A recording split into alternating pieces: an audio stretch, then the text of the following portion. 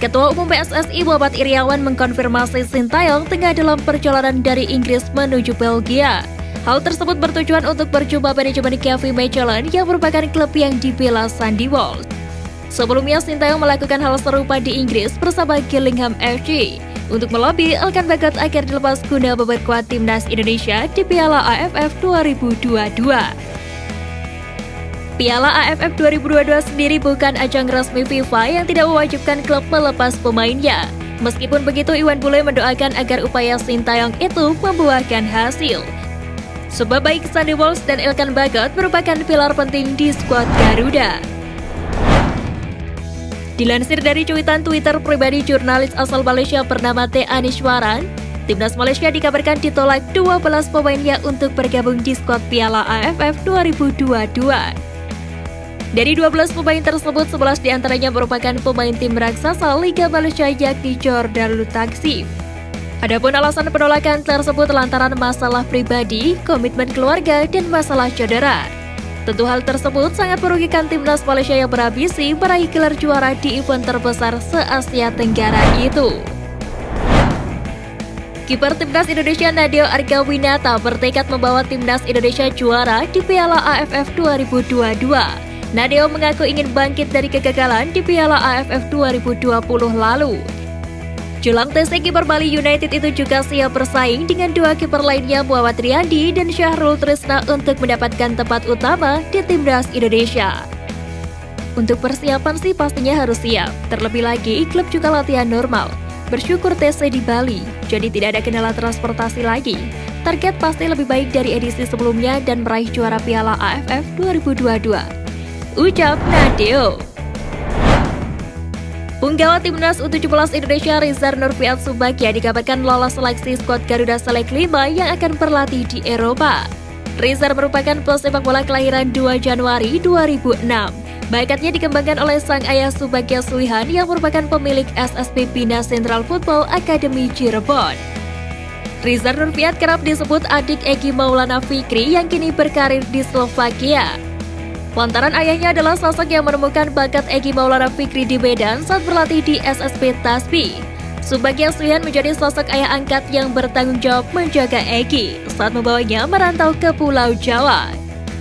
Selain Egy, Bagja juga menjadi sosok penting yang mengorbitkan legenda timnas Indonesia Firman Utina.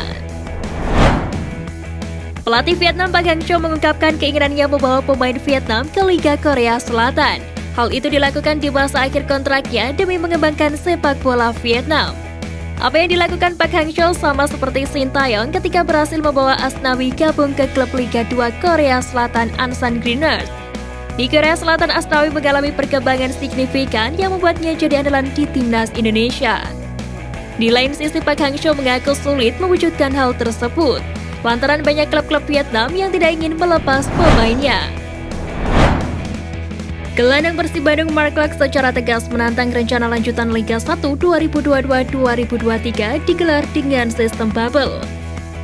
Melalui akun Instagram pribadinya, Klok menyambut baik kembali bergulirnya Liga 1.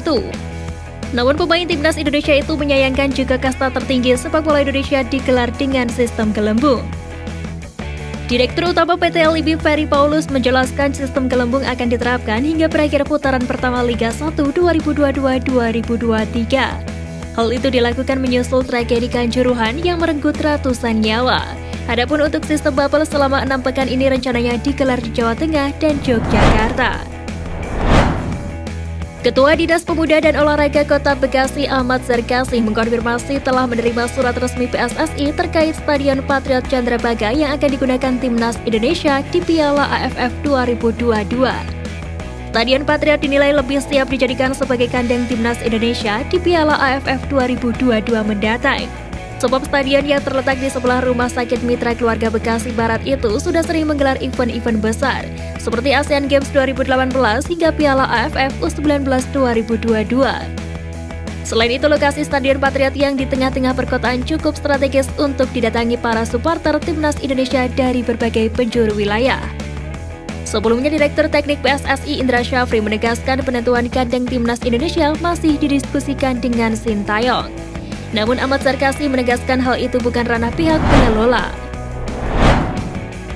Sejumlah tim luar negeri termasuk Spanyol dan Australia ikut mentas dalam turnamen usia dini bertajuk Asiana Cup 2022 pada 24 hingga 28 November 2022 di Stadion Madia, Jakarta Pusat. Turnamen yang mempertandingkan U11 dan U12 itu diikuti oleh beberapa tim dari 7 negara Asia hingga Eropa. Adapun tim luar negeri yang bertanding itu yakni RCD Spanyol dari Spanyol, Victoria Melbourne dari Australia, PFA Academy dari Thailand, Makati dari Filipina, Lion City Academy dari Singapura, dan kontingen Korea Selatan.